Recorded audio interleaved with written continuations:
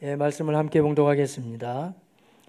내가 땅의 일을 말하여도 너희가 믿지 아니하거든 하물며 하늘의 일을 말하면 어떻게 믿겠느냐. 하늘에서 내려온 자 곧 인자 외에는 하늘에 올라간 자가 없느니라. 모세가 광야에서 뱀을 든 것 같이 인자도 들려야 하리니 이는 그를 믿는 자마다 영생을 얻게 하려 하심이니라. 하나님이 세상을 이처럼 사랑하사 독생자를 주셨으니 이는 그를 믿는 자마다 멸망하지 않고 영생을 얻게 하려 하심이라. 하나님이 그 아들을 세상에 보내신 것은 세상을 심판하려 하심이 아니요 그로 말미암아 세상이 구원을 받게 하려 하심이라. 아멘. 주일날 오전 예배 시간에는 우리가 12가지 신조에 대한 말씀을 계속 나누고 있어요. 지난주에는 이런 말씀 드렸습니다.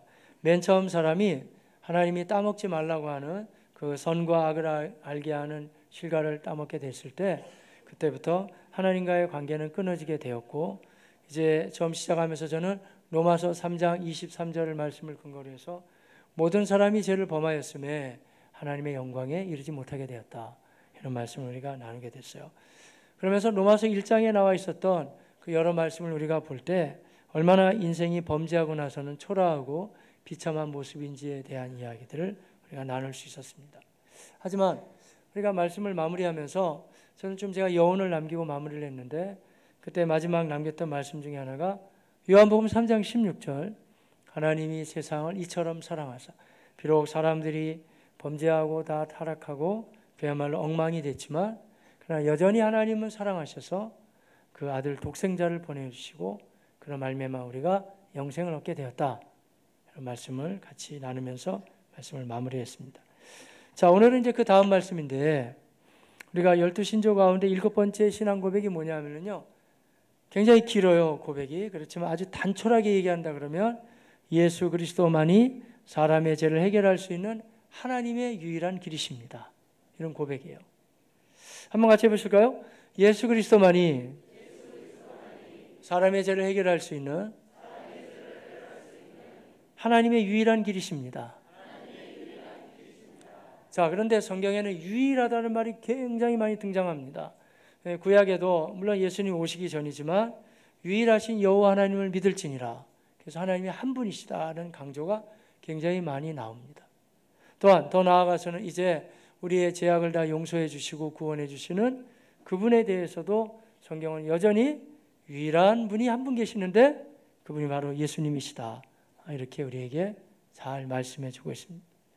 여러분들은 그거 당연한 얘기 아니에요, 목사님? 그렇게 하실지 모르지만 지금은 시대적인 분위기는 이게 결코 당연하지가 않습니다. 왜냐하면 지금 시대를 걸어서 우리는 다원주의 시대라고 그러거든요. 포스트 모더니즘의 다원주의 시대에 그러죠. 모더니즘, 그러니까 현대주의를 뛰어넘은 포스트 모더니즘. 특징이 뭐냐면 잘 모르겠다 이거예요.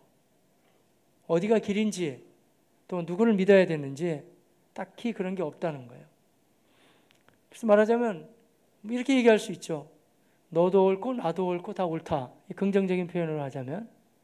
부정적인 표현도 한번 해볼까요? 나도 모르고 너도 모르고 다 모르니까 그냥 뭐 되는 대로 살면 된다. 이게 지금 마지막 시대의 하나의 철학적인 분위기예요. 목사님, 나 먹고 사는 거하고 철학하고 무슨 상관이 있나요? 그렇지 않습니다, 여러분. 이 사람의 커다란 사상적인 개념이 내가 인정하든지 인정하지 않든지 간에 우리는 그 흐름 속에서 이제 계속 흘러가고 있다는 것이에요. 그러니까 여러분들도 저도 그 영향을 상당히 많이 받는다는 거예요. 하지만 그 속에서 우리가 우뚝 일어나서 그렇지 않습니다, 유일한 길은 오직 한 길밖에 없고 우리는 오직 예수만 믿어야 되고, 예수만 믿을 때 우리의 유일하신 하나님을 우리는 경험할 수 있습니다. 아까 우리 다 간증하신 것처럼 그런 얘기를 하는 것이 교회 내에서는 너무 자연스러운 고백이 될지 모르지만 세상 분위기 속에서는 만만치 않습니다, 여러분. 그 한복판에서 여러분이 놀라운 하나님의 계획과 섭리 가운데 지금 이 자리에 나와 있는 것만 해도 참 놀라운 일 중에 하나예요. 왜냐하면 지금 세상 분위기는 다 뭐 그냥 어디 딱히 특별히 진리가 없이 이것도 옳고 저것도 옳고 저거 해도 되고 이거 해도 되고 그냥 막 된다는 거예요. 이런 얘기 아마 많이 들어오셨을걸요. 뭐 딱히 교회 안 다녀도 그냥 뭐 착하게 살고 뭐 조상들한테 잘 제사 드리고 또 절에 가서 불공 잘 드리고 하면 뭐 다 그게 그건데 뭐 다 잘해보겠다고 하는 건데 뭐가 그렇게 다른데? 라고 얘기 많이 하죠. 그리고 그 흐름 속에서 지금 방송 매체들도 다 그런 영향을 받은 사람들이 다 편집할 거 아니에요. 그리고 공영방송도 막 내보내잖아요. 우리가 공영방송을 무조건 다 의심 어린 눈초리를 가지고 바라봐야 될 이유는 없습니다만은, 하지만 딱히 그 사람들이 정말 모든 걸 다 알고 그야말로 다 통찰한 다음에 바른 방향성을 가지고 내보낸다는 근거도 없잖아요. 그냥 자기네들이 생각하고 판단하고 좋은 걸 찍어가지고 내보내고 대부분 다 그런 거거든요. 자, 그렇기 때문에 우리 적어도 그리스도인들은 분별하는 자세는 필요하겠죠. 이게 과연 성경이 말씀하는 그 방향이 맞는 건가? 또 그렇지 않은가? 그 방향성에 대한 것을 별 수 없어요. Back to the Bible. 다시 그 성경으로 다시 돌아가서 성경이 우리에게 과연 뭐라고 말씀하시는가? 그래서 이렇게 흔들거리고 요동치고 혼란한 시대 한복판에서 그야말로 저 정확하고 분명한 방향을 제시하는 성경은 더 필요합니다. 하나님의 말씀을 붙잡고 그 방향을 다시 찾을 수 있는 우리 하나님의 사람들 모두가 되시기를 주의 이름으로 권면합니다. 방향을 잘 찾고 그 방향대로 나아가야 된다 하고 성경 우리에게 잘 말씀해 주고 계십니다. 자, 따라서 우리 성경이 말씀하시는 방향에 의하면 하나님도 한 분이시거니와 또 하나님이 이 세상을 구원해 주시기 위해서 보내신 그분도 한 분이시라는 거예요. 요한복음 3장 16절을 제가 조금 전에 인용했는데, 하나님이 세상을 이처럼 사랑하사 독생자를 보내셨다. 독생자의 강조점이 있다니까요. 모노게네, 독생자. 한 분밖에 안 계시는 하나님의 아들을 이 땅에 보내셔서 그분만이 유일한 길이 되신다. 이렇게 말씀해 주고 있습니다. 제가 가끔 비유합니다만은 이런 거하고 약간 다소간에 좀 비슷해요. 우리가 이제 등산을 하는 거예요. 근데 산에 올라갔어요. 근데 날씨는 어둑어둑해지는데 다 길을 잃어버린 거예요. 근데 마침 저라고 칩시다. 제가 그 산 기슭에 살아가지고 아무리 깜깜해져도 저는 그 길을 알아요. 어떻게 내려가면 안전하게 내려갈 수 있는지를 안단 말이에요. 그러면 제가 아마 소리를 지르겠죠. 다 그렇게 하면 위험합니다. 지금 잘못하다가는 우리가 낭떠러지에 떨어질 수 있어요. 그 산이 굉장히 위험합니다. 그렇게 하지 마시고 저를 따라오시면 안 될까요? 근데 안 따라오는 거예요. 왜냐하면 그 사람들이 자기 나름대로 다 등산깨나 했던 사람들이에요. 아니, 무슨 얘기라, 왜 당신만만 오를까요? 아니에요. 일로 가봐도 되고 절로 가봐도 되고 길이 많이 있는데 왜 자기만 옳다고 그렇게 고집을 피웁니까? 그렇지 않습니다. 이러면서 부인할 수도 있겠죠. 근데 여러분 생각해 보세요. 분명히 그 길을 알고 있는 사람은 막 소리 지를 거 아니에요. 그러면 안 된다니까. 이거 떨어져요. 길은 여기밖에 없습니다. 일로 오세요. 계속 얘기하겠죠. 그럼 나머지 사람들은 저 되게 잘난 체 하네. 꼭 자기만 옳다고 그러네. 우리도 한번 다 등산해봤고 다 길을 알고 있는데 왜 그러냐고 막 사람들은 따져 물을 거 아니에요. 분위기는 약간 비슷하게 볼 수가 있어요. 성경은 그 얘기를 해주고 있는 거예요. 우리가 성경을 펼치게 되고 하나님을 알게 되면 이게 다 보인다니까요. 그래서 예수님이 친히 오셔서도 우리 누가복음 말씀이 있잖아요. 묶인 자에게 자유함도 주시지만 또한 눈먼 자에게 다시 보게 하신다 그러잖아요. 이게 보이는 거예요. 길이 뻔히 보이기 때문에 이거 믿어야 됩니다. 구세주는 예수님밖에 안 계십니다. 이렇게 전할 수밖에 없게 된다는 얘기죠. 사도행전에 의하면 4장 12절에 다른 이로서는 구원을 받을 수 없나니 천하 사람 중에 구원을 받을 만한 다른 이름을 우리에게 주신 일이 없습니다. 그러니까 이 당시의 제자들도 예수님을 잘못 전하면 죽임을 당하는 때예요. 굉장히 어려운 때였거든요. 그런데 의연히 일어나서 이 사람들이 외쳤던 고백이 뭐냐면 천하 인간에 다른 이름은 없다는 거예요. 그러니까 그때나 이때나 계속 고백하고 있는 이 기독교의 대표적인 특징이 뭐냐면 예수의 유일성. 오직 예수밖에 안 계시다. 길은 바로 그 길밖에 없으니까 다른 데 헤맬 필요가 없이 그 길을 찾아와야 된다 라고 우리가 선포해야 된다는 것이에요. 따라서 저와 여러분의 이 지금 마지막이 혼탁한 이 포스트 모더니즘, 그야말로 뭐가 모르겠다, 진리가 어딘지 모른다, 이런 시대 한복판에 우리가 주님을 믿고 있었어요. 어느 면에서는 지금까지의 인류 역사상 가장 예수 믿기가 어려운 시대라고 할 수도 있어요. 이것도 옳고 저것도 옳고 다 옳은데 너희는 뭔데 예수만 옳다 그러냐, 이런 식으로 굉장한 여러 분위기가 우리를 반박해 오거든요. 근데 그럼에도 불구하고 여전히 성경은 유일한 구세주, 유일한 구원의 길, 예수님만을 얘기해 주고 있습니다. 우리가 그 고백이 분명할 때 진정한 그리스도인으로서의 삶을 살아가게 됨을 여러분 다 확신하시기를 바라겠습니다. 이런 면에서 오늘 본문은 우리에게 아주 말씀을 잘 이야기해 주고 있는데요. 이 본문에 들어가기 전에 이 고백이 굉장히 길긴 한데 여러분 한번 들어보실래요? 그래서 12신조에 있어서 7번째 신앙 고백은 생각보다는 길어요. 아주 단촐하게 말하자면 예수 그리스도만이 사람의 죄를 해결할 수 있는 하나님의 유일한 길입니다 라는 고백이 되지만, 그러나 신조에는 그렇게 나와 있지는 않아요. 한번 들어보실래요? 인류의 죄와 부패함과 죄의 형벌에서 구원하시고 영생을 주고자 하사 하나님의 무한하신 사랑으로 그의 영원하신 독생자 주 예수 그리스도를 세상에 보내셨으니 오직 그로만 하나님께서 육신을 이루시고 또 그로만, 예수님으로만 사람이 구원을 얻을 수 있습니다. 이게 신앙 고백이에요. 또 나아가서는 그 영원한 아들이 참 사랑이 되사 참 사람이 되사 그 후로 한 위에 특수한 두 성품이 있어서 영원토록 그분은 참 하나님이시오 또한 참 사람이십니다. 신앙 고백이라니까요. 좀 더 들어보실래요? 성령의 권능으로 잉태하사 동정녀 마리아에게서 낳으셨으며 오직 죄는 없으신 자이십니다. 어디서 많이 들어본 분위기 아니에요, 이 고백이? 어디서 많이 들어보셨죠? 사도신경, 맞아요. 왜냐하면 사도신경 자체가 신앙 고백이거든요. 그러니까 고백이 비슷한 거예요. 저는 특정 교파를 제가 폄하하거나 그러고 싶진 않아요. 근데 일부 교파는 신앙 고백을 안 하는 데가 있어요. 이유가 있어요. 왜 안 하냐면 이렇게 전능하사 천지를 만드신 하나님 아버지를 내가 믿사오며 이런 틀에 박힌 고백 말고 내 고백을 하라니까, 내 고백을. 근데 그 취지는 좋은데 그 굉장히 위험한 겁니다, 여러분. 왜냐하면 만약에 신앙 고백이 이렇게 틀이 있는 신앙 고백이 없게 되면은요, 그렇게 건강하게 신앙 고백을 할 사람이 몇 명이나 될까요? 자기의 신앙 고백을 제대로 할 수 있는 사람이 생각보다 많지 않습니다, 여러분.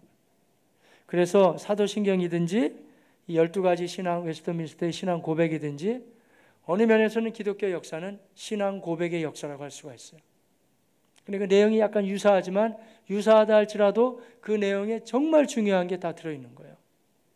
동정녀, 처녀의 몸에서 나오시고 사람이 되셨지만 하지만 그분은 죄는 없으십니다. 고백이죠. 조금만 더 들어보세요.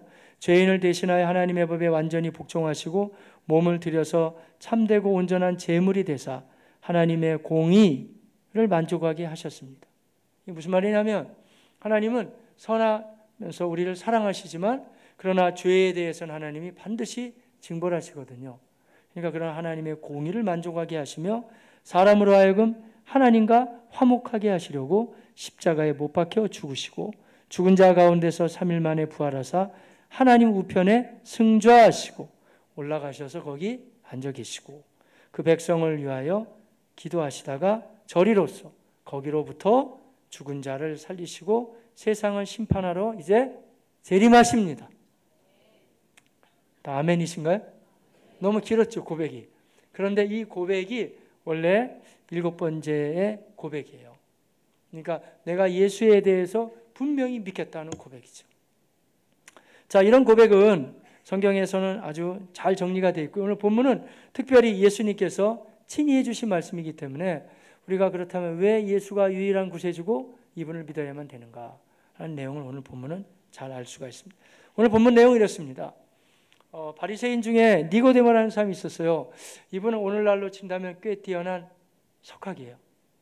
대학으로 따지면 교수님, 박사님이라고 할 수가 있고 그 당시에는 이렇게 또 사내들인 공회원이 된다는 것은 단순히 학자 정도가 아니고 정치까지 하는 아주 굉장한 막강한 실력이 있는 사람이었어요. 그야말로 세도가라고 할 수가 있죠. 이 사람이 낮에는 못 찾아오고 한밤중에 예수님을 찾아왔습니다. 왜냐하면 그 당시에 대부분의 유대인들은 예수님을 많이 배척했기 때문에 자기 입장으로는 낮에 찾아올 용기가 없었던 것 같아요. 밤에 찾아왔어요. 여러 가지 이해를 갖추면서 얘기를 많이 했지만 그때 예수님이 바로 단도직입적으로 말씀하셨습니다. 사람은 거듭나야 하나님 나라를 볼 수가 있는데, 그 말 가운데 함축되어 있는 의미는 네가 아무리 공부를 많이 했어도 설령 대학에서는 교수고 박사고 석학이라고 해도 오늘날로 친다면, 그러나 그거는 사람의 지식을 가지고 예수를 믿는 것이 아니고 하나님의 영으로 거듭나야 하늘 세계가 보일 수 있고 주님을 믿을 수가 있다, 이런 말씀이에요. 그런데 이 공부 쪽으로 갔던 이 사람은 이제 지적으로만 계속 접근하니까 이해가 잘 안 되는 거예요. 그래서 물어봤어요. 예수님 그러면 제가 이 나이에 다시 제가 어머니 배로 들어가야 됩니까? 어떻게 거듭날 수 있나요? 도무지 이해할 수가 없었어요. 그러자 예수님이 이런 비유까지 주셨어요. 바람이 부는데 이 바람이 어디서 불어오는지 모르듯이 예수를 믿게 되고 구원을 받게 되는 사람들은 마치 그런 것처럼 다 이해할 수 없지만 그냥 예수님에 대한 이야기를 듣게 되면 마음이 열려지고 믿게 된다, 거듭나게 된다, 이런 얘기를 하시는 거예요. 그러면서 한 단계 주님은 더 말씀하셨어요. 오늘 본문인데 이렇게 말씀하셨어요. 내가 땅의 일을 말하여도 너희가 믿지 아니하거든 하물며 하늘의 일을 말하면 믿겠느냐 하고 주님이 말씀하셨죠. 어려운 말씀이에요. 여기서 말씀하시는 내가 땅의 일을 말하여도 너희가 믿지 않거든, 그러니까 이 성경을 이렇게 푸는 사람들도 많이 있어요. 그래서 예수님이 말씀하시기를 자, 꽃을 봐라, 하늘을 쳐다보고 이 세계에 펼쳐져 있는 것들을 보아라. 근데 땅의 이치를 다 알 수 있느냐? 근데 하물며 하늘 세계에 대한 걸 내가 얘기한다면 네가 아무리 박사지만 그 이해가 되겠느냐? 그런 말씀이죠. 비슷하죠? 해석이? 하지만 성경 해석은 그렇게 하는 게 아닙니다. 우리가 성경을 해석할 때는 적어도 한 두 가지의 원리가 있어요. 하나는 성경은 하나님의 감동으로 쓰여진 길이기 때문에 아무리 설령 공부를 많이 하고 여러 가지 연구를 많이 했다 그래도 우리에게는 항상 겸손한 태도가 먼저 필요해요. 하나님 성령의 감동으로 써진 글인데 저같이 무지한 인생이 어찌 성경을 다 이해할 수 있사오리이까.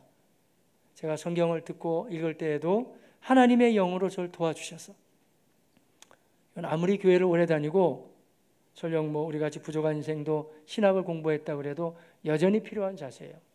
하나님 성령으로 도우셔서 제가 이 말의 의미를 깨닫게 하시고, 깨닫는 것도 중요하지만 이 말씀이 믿어지게 하옵소서.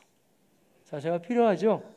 그런데 또 다른 우리의 성경을 대하는 자세는 뭐냐 하면요, 하나님이 이 당시에 성경을 기록해 주고 또 우리에게 읽혀줄 때 우리가 다 이해하지 못하는 글로만 써졌으면 다 이해를 못할 거 아니에요. 그러니까 당연히 문맥의 흐름을 가지고 도대체 이 말씀이 무슨 의미인가 접근해 갈 수가 있죠. 제가 간혹 표현합니다마는 이 국어가 중요해요. 국어가. 그래서 이 본문의 단락에서 저자가 의도하는 의미는 뭡니까? 국어 문제도 이렇게 나오잖아요. 비슷해요. 제가 오늘 본문을 한번 국어 문제로 한번 제시해 볼까요? 오늘 본문에서 말씀하고 있는 땅의 일이라는 것은 본문에 의하면 무슨 일입니까? 라고 물어볼 수 있겠죠. 그러면 흐름으로 봐서 갑자기 예수님이 쭉 얘기하다가 자, 하늘을 보고 땅을 보아라. 땅의 일도 이해를 못하지. 이렇게 말씀하셨다는 건 좀 문맥상 매끄럽지가 않아요. 그런 해석보다는 이런 해석이 더 맞습니다. 어떤 거냐면 사람이 거듭나게 될 때 적어도 땅에서 할 일은 예수 그리스도께서 십자가를 지시고 우리의 죄를 다 용서하셨고, 또한 그분이 이제 우리의 죄를 용서하시고 영생을 주신다는 사실을 내가 마음으로 믿는다고 땅에서는 고백하고 믿어서 거듭난다는 것이에요. 맞잖아요, 문맥이. 하지만 이것도 잘 이해가 안 된다고 하는 판국인데, 만약에 예수 믿고 거듭나서 우리가 들어가야 될 영광스러운 천국에 대해서 이해하면 네가 이해하겠느냐? 그리고 뿐만 아니고 예수 믿는 사람은 고린도전서 15장에도 잘 나와 있듯이 지금 내가 믿어서 나중에 나도 부활의 몸으로 새롭게 내가 변형된다고 그러는데, 그 놀라운 하늘 세계에 대한 이야기를 다 이야기한다면 땅에서 예수 영접하고 믿고 거듭나는 것도 그렇게 어렵다 그러는데 하늘 세계를 얘기한다면 믿을 수 있겠느냐? 그런 말씀이죠. 참 심오한 말씀이죠. 그러니까 여기서 우리가 믿자 그러면 내가 예수를 믿는다고 내가 고백하면서 마음을 열어야 된다는 거예요. 그래서 예수를 영접하게 되면 구원에 이르게 됩니다. 근데 그것도 다 믿기 어려운데 영광스러운 천국 세계를 보여주시고 또 우리가 나중에 몸이 이제 부활체로 이제 변화된다고 말씀해 주고 있잖아요. 예수 믿으면은. 그래서 사도 바울이 고린도전서 15장에 그렇게 이해가 안 되느냐. 씨를 땅에 심으면 씨는 없어지지만 나중에 줄기가 나오고 꽃이 피고 열매가 맺히는 건 알면서 왜 예수 믿고 죽으면 새로운 몸으로 태어난다는 게 그렇게 이해가 안 되느냐 라고 얘기했는데 주님 비유도 비슷하죠.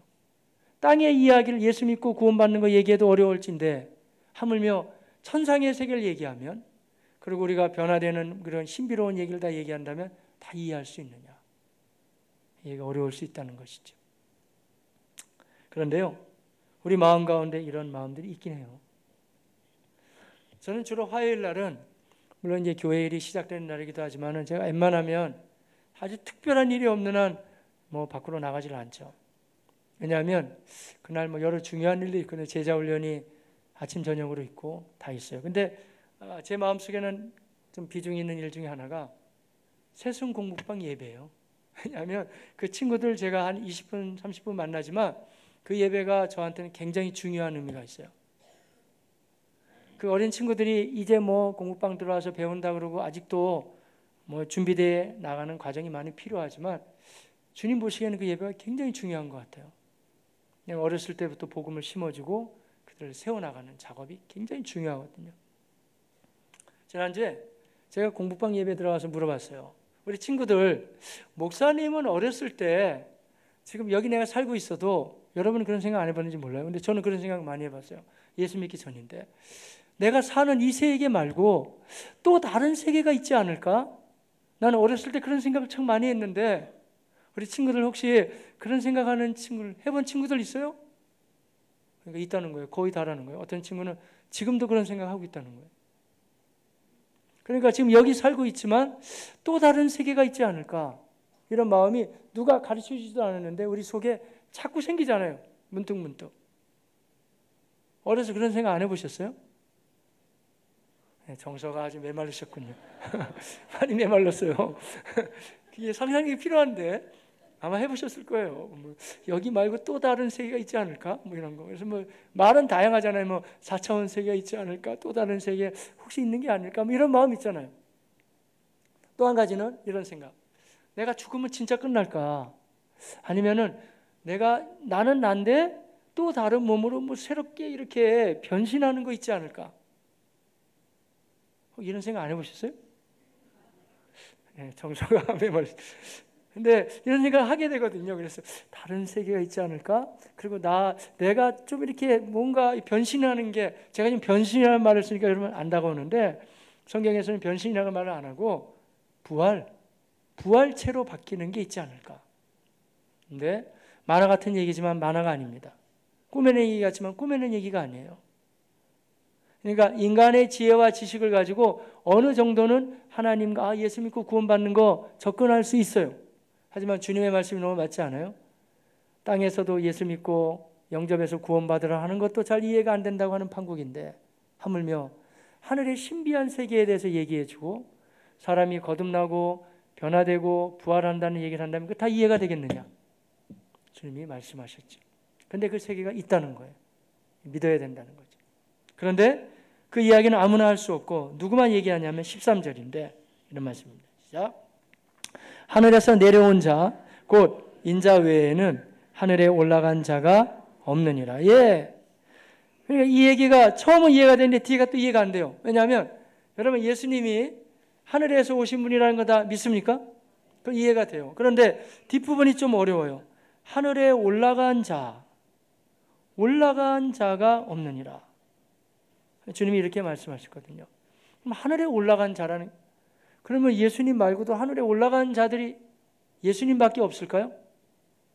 구약에 있는데 생각나는 분 누구 없으세요? 에녹 있잖아요. 에녹. 그리고 또 엘리야도 올라갔네요. 그러면 예수님 말씀하고 구약 성경은 모순이 되잖아요. 예수님이 일부러 의도적으로 모순적인 말씀하셨어요. 그럴 리는 없는 거고 이 말이 조금 헬라어로 약간 풀어볼 필요가 있어요. 이 말은요.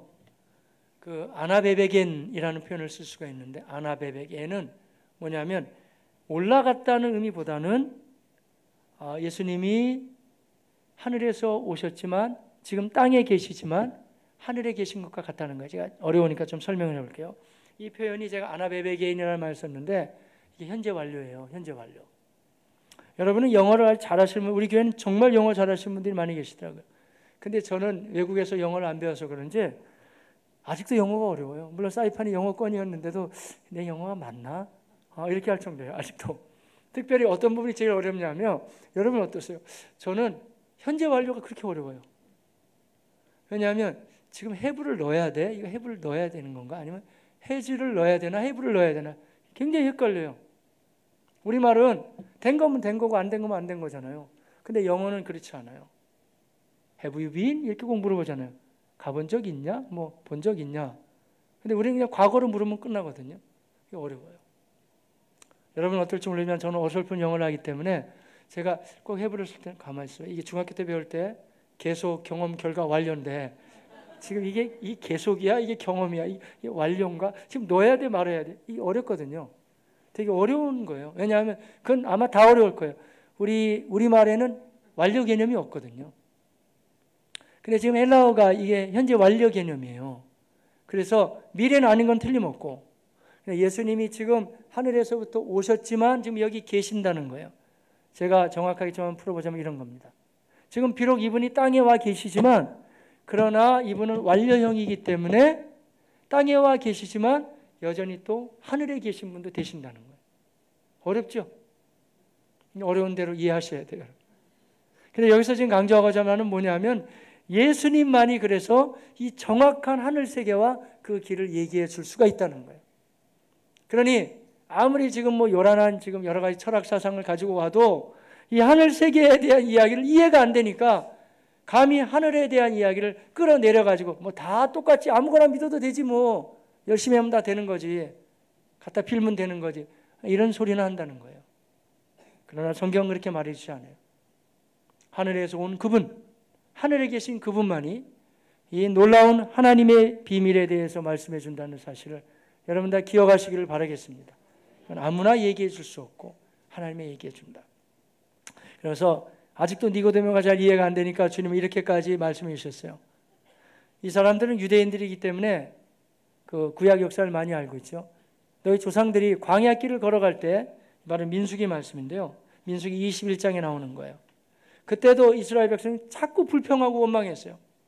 그러자 하나님이 불뱀들을 보내셔서 그들을 다 물게 해가 죽게 했는데 그때 자기가 상처가 심하고 죽어가면서도 하도 막 백성들이 살려달라고 울고 그러니까 그때 하나님이 궁의를 베푸셔서 하나의 길을 열어주셨어요. 그게 뭐냐 하면은 장대를 만들어서 그 장대 높이 노뱀을 만들면 된다.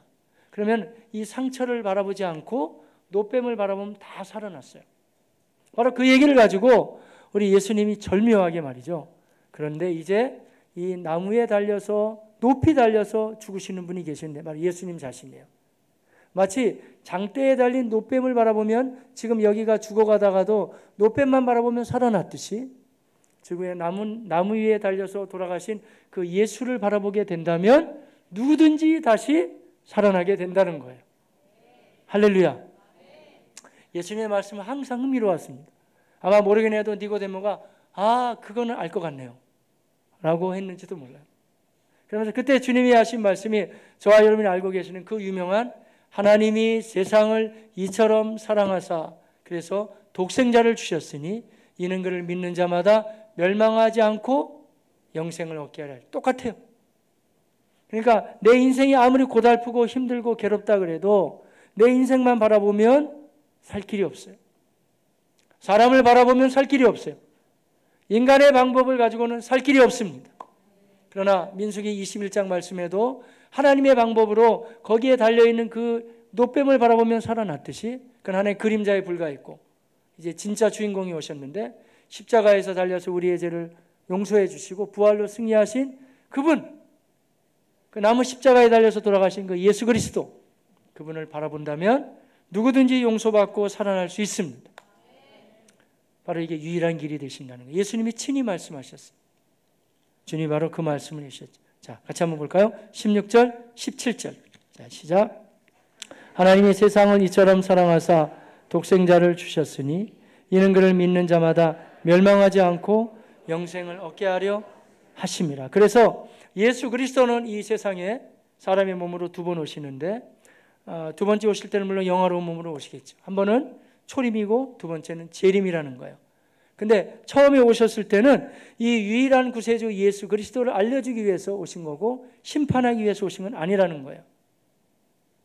이제 주님이 또 다시 재림하실 날이 다가오고 있어요. 그럼 두 번째 오실 때는 왜 오실까요?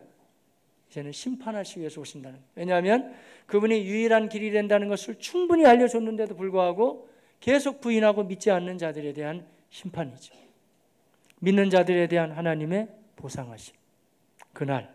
그날이 다가오고 있음을 여러분 다 인정하시기를 바라겠습니다. 그래서 이 유일한 구세주 되시는 예수 그리스도를 만난 사람들은요, 그 삶이 아까도 간증 나오시던데 그야말로 180도가 바뀐다고 고백을 해요. 이게 또 한 가지의 증거가 돼요. 다른 종교를 저는 폄하하고 싶지는 않습니다만 여러분 한번 생각해 보세요. 뭐 절을 다니든지 뭐 제사를 계속 드리든지 아니면 무당집을 찾아다니든지 다른 타 종교를 가지고 있든지 그 사람들 가운데 내가 이렇게 열심히 여기를 다녀가지고 내 무당집을 열심히 쫓아다녀서 내 인생이 완전히 180도가 바뀌고 나는 삶의 의미를 찾았다 라고 얘기하는 사람 들어보셨어요? 저는 못 들어봤어요. 그런데 이 유일한 구세주 예수 그리스도를 만남으로 말미암아 새롭게 삶이 180도가 바뀌었다는 사람은 이 자리에도 수두룩하게 많이 있어요. 여러분. 그게 또 다른 하나의 증거가 됩니다. 오늘도 우리 한 자매님이 또 형제님이 간증했듯이 예수로 인해서 바뀐 삶. 이 하나의 증거라니까요. 사람이 어떻게 바뀔까요? 사람은 못 바뀝니다, 여러분.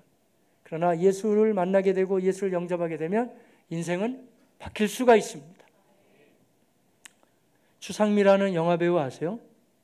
이 사람보다 아버지가 더 유명한데 우리 기성세대들은 이 아버지를 더 잘 알고 있어요. 추성웅 씨라고 유명한 영국 배우잖아요. 그분 딸이거든요, 추상미는. 근데 이 사람도 뭐 연극하고 영화도 했어요. 근데 이분은 이런 간증하대요. 예수 잘 믿어요.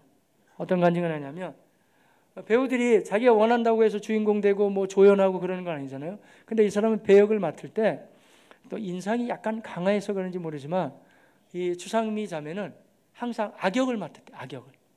그러니까 맨날 남을 미워하고 막 싫어하고 시기하고 또 여러 가지 뭐 괴략을 펼치고 뭐 이러는 거. 그냥 나쁜 짓만 맡은 거예요. 근데 여러분 이런 거 있지 않으세요? 저는 이 간증이 참 맞다고 생각해요. 여러분 영화를 보거나 이럴 때 그 자기도 모르는 사이에 영화에 굉장히 몰입하거나 연극에 몰입하다 보면 자기가 꼭 주인공이 됐다는 느낌 없으세요? 정성화 메아르셨네요.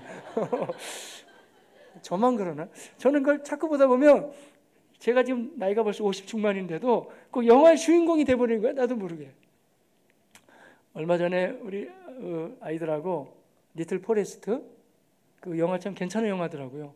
그 리틀 포레스트 영화를 보는데 제가 50 중반이라니까요. 그런데도 그 영화에 제가 주인공이 되고 있더라고요. 벌써. 그래가지고 자전거 타고 싶고 막 그러는 거예요. 이게 동화되는 거죠. 동화. 그런데 보는 사람도 그런데 말이에요. 배우들은 진짜 동화된대요. 그걸 찾고 하면. 왜냐하면 그 대본을 외워야 될 거 아니에요. 내가 그걸 흉내내. 만약에 악역을 계속 맡는다 그러면 계속 화내는 역, 남 괴롭히는 역 맨날 이거 해야 되잖아요. 그러니까 추상미 씨가 이렇게 간증해요. 나는 스스로 원한 것은 아니지만 내가 원하지 않는 것을 너무 오래 하다 보니 이제는 급기야는 정체성의 혼란이 생기기 시작했어요. 내가 그렇게 나쁜 인생인지 자꾸 이제 내가 누군지를 잃어버리게 되는 거예요. 그래가지고 이 자매가 말이죠. 우울증이 왔어요. 나중에는 공황증이 왔어요. 자기 자신을 어떻게 할 수가 없는 거예요. 너무 힘들고 괴로웠지만 살고자 발버둥을 쳤어요. 나중에는 이제 대학원까지 갔어요. 뭔가 좀 해결하고 싶어서 공부도 하고 싶고 결혼했어요. 근데 이제 문제는 결혼하고 나서부터가 더 심각한 문제가 발생했어요. 왜 자매들은 결혼 후에 우울증이 오잖아요. 근데 이 추상미라는 자매는 결혼 후에 산후 우울증이 너무 심각하게 온 거예요. 간증을 제가 써온 걸 한번 말씀드려 볼게요. 저에게는 놀라운 시련이 닥쳐왔습니다. 산후 우울증에 걸리고 만 것입니다. 정말 극심했습니다. 밤마다 저는 악몽을 꾸었어요. 자살 충동에 시달렸고 죽음이 나를 가까이 있다는 것을 알게 됐습니다. 나는 언제 어디서 나의 생애를 마감해야 될까? 구체적인 계획까지 세우면서 살았습니다. 그러니까 항상 죽을 생각만 하는 거예요. 너무 괴롭고 우울증도 그렇지만 저도 공황증 환자들 얘기 나눠보고 그러면 여러분 그분들 기도해주고 위로해주고 같이 해야 돼요. 물론 어둠의 해방이기도 하지만 그 마음이 너무 어려운 것만은 틀림없거든요. 꼭 죽을 것 같아요. 아마 이 자매가 그런 것 같아요. 죽고 싶으니까. 내가 지금 죽을 것 같으니까 제가 죽고 싶었어요. 근데 아마 누군가가 그 중간에 간증이 빠져서 그것까지는 저도 모르겠더라고요. 아마 이 자매가 먼저 믿었든지 누군가 전도했든지 그런 것 같아요. 너무 힘들고 괴로웠다는 거예요. 근데 그때 너무 괴로워서 그렇게 방황하던 중에 어떻게 꿈인지 생신지 뭐 졸도했는지 쓰러졌다는 거예요. 근데 그때 자기를 주님이 찾아오셨대요. 신비로운 체험이죠. 예수님이 말씀하시더래요. 내가 너를 정말 사랑한다. 그리고 나는 너의 남편이고 너는 나의 신부가 된다. 그리고 주님이 이렇게 안아주시고 함께 하시는 게 너무 자기에게는 따뜻하게 다가왔대요. 그리고 나는 아버지도 된다. 주님을 경험하게 된다. 근데 그러면서 십자가가 펼쳐지게 되는데 거기 예수님만 혼자 십자가에 못 박힌 것이 아니고 바로 거기에 자기가 못 박혀 있더래요. 자기도. 그래서 내가 이제 예수로 말미암아 나는 새로워졌고 잠시 후에 깨어났어요. 이 자매의 간증은 이래요. 얼마나 많이 울었는지 몰라요. 눈물을 쏟아냈습니다. 저의 마음의 저 깊은 곳에서 뜨거운 눈물이 솟구쳐 올라오는 것 같았습니다. 주님께서는 저의 모든 상처 하나하나를 어루만져 주셨습니다. 저는 그때부터 이제 주님과 동행하는 새로운 삶을 시작하기 시작했습니다. 행복한 날이 시작된 것입니다. 하루에도 7시간, 8시간씩 말씀을 읽었습니다. 찬양하고 또 기도했어요. 성경을 열심히 읽다 보니 금방 2-3번을 읽었습니다. 세상에 대한 욕망이 다 사라져갔고 이 자매의 꿈은 하루빨리 주님이 오시면 좋겠다. 마라나타. 주님이 어서 오시옵소서. 근데 한 가지 마음에 이제 꿈이 생겼대요. 주 예수가 오시기 전까지 나도 이제는 주님을 위해서 한번 살아봐야 되겠다.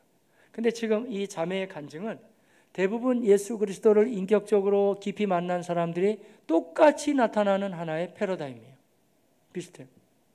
물론 이제 영적으로 신비하게 체험하고 이런 부분만 약간 다를 뿐이지 주님을 제대로 만난 사람들 마음에는 주님의 유로가 꼭 찾아와요. 그 다음에 나타나는 현상이 뭐냐면 누가 뭐라 그래도 유일한 구세주는 이분밖에 없다 하는 유일한 구세주에 대한 확신이 생겨요. 한 단계 더 나아가서는 내가 이렇게 살 것이 아니고 이 좋은 예수를 나도 좀 더 알려주고 전해야 되겠다. 그래서 이 자매에게는 꿈이 생겼는데 어떤 꿈이냐면요. 나는 어차피 영화계, 연극계에 있었던 사람이니까 영화를 만들자. 혹시 보셨는지 모르겠네요. 참 좋은 영화던데 제가 봤어요. 폴란드로 간 아이들. 일반 영화가 아니고 다큐멘터리예요. 근데 한국전쟁 당시에 그 북한의 고아들 있잖아요. 근데 그 고아들은 북한 고아만이 아니었어요. 왜냐하면 전선이 내려왔다 올라갔다 했기 때문에 거기는 다수의 남한 고아들도 있었어요. 남녘 땅에 올라간 고아들도. 고아들이 너무 많은데 김일성 정권들이 자기네들이 그걸 간수가 안 되니까 이 고아들을 외국으로 다 보내버렸어요. 폴란드로 보냈어요. 폴란드도 사회주의 국가였잖아요. 근데 거기서 이 사람들을 맞이하게 된 사람들이 이 북한하고는 좀 사정이 달라요. 폴란드만 해도. 신실한 그리스도인 선생님들이었어요. 그래가지고 1,500명이나 보냈다는 거예요. 고아들을. 그래서 1,500명을 폴란드의 선생님들이 얼마나 그리스도의 사랑을 가지고 잘 가르쳐줬는지 몰라요. 정착을 했는데 근데 이 아이들을 김일성 정권이 8년 만에 다시 다 데리고 왔어요. 그래 눈물의 이별을 하게 됩니다. 근데 이 영화를 만들면서 진정한 사랑이라는 것이 무엇인가 이걸 좀 남기고 싶은 거예요. 그런 식이에요. 그러니까 예수를 제대로 만난 사람은 처음에는 확신이 생기고 그 다음에는 두 번째는 나에게 주어진 환경 가운데 나도 주님을 좀 나타내면서 살아가기를 원해요. 전도라고 할 수가 있겠죠. 아니면 이런 문화, 예술 이런 데 있는 사람들은 이런 작품을 만들어서라도 하나님의 사랑을 보여준다 할 수가 있어요. 대부분 그래요. 주님을 만난 사람들. 우리 아까 확신반 간증을 들으면서 오늘 간증한 자매님 얘기를 들어볼 때 뒷부분이 너무 감격스럽지 않으세요? 야, 저 자매가 하나님도 예수도 몰랐는데 지금 주님을 만나게 됐을 때 내가 지금 살아가고 있는 게 지금 꿈인가 생시인가? 그럼 여러분 인생의 고통을 겪어본 사람만 그렇게 고백할 수 있어요.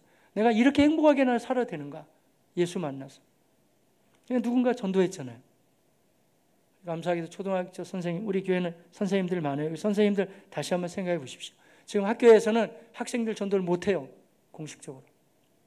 대단한 선생님 같아요. 지은 형제님. 선생님을 못하니까 누구를 전도했냐면 학부모를 전도하는 거예요. 학생은 안 되니까 학부모를. 대단하지 않아요, 여러분? 그 열정이라는 게, 그 전략이라는 게 열정이라는 게 말이죠. 어차피 학생들한테는 예수 얘기도 못 꺼내게 하니까. 그러면 학부모는 상담을 할 수가 있잖아요. 만날 때. 한번 생각해 봅시다. 누군가가 우리 자매한테 복음을 전했어요. 학교 선생님이. 믿게 됐어요. 그래서 지금 내가 꿈이냐 생시냐 이 기쁨을 누리고 있는데 만약에 누구도 복음을 전하지 않았더라면 어떻게 될까요? 하나님을 믿는 사람들이 똑같다니까요. 하나는 유일한 구세주에 대한 분명한 확신을 가져요. 그 다음에 내가 어찌하든지 간에 이 예수를 좀 전하고 싶은 마음이 일어나요. 그게 바로 유일한 구세주를 만난 사람들의 도드라지는 특징입니다. 여러분과 저의 마음 가운데도 정말 예수만이 유일한 구세주가 된다는 확신으로 일어나시길 바라겠습니다. 더 나아가서 내가 어찌하든지 간에 전도를 하든 문학 작품을 만들든 뭘 하든지 간에 내가 주님을 좀 드러내야 되겠다. 이런 마음을 가지고 우리 나아가는 하나님의 사람들이 다 되시기를 주의 이름으로 축복합니다. 기도하겠습니다.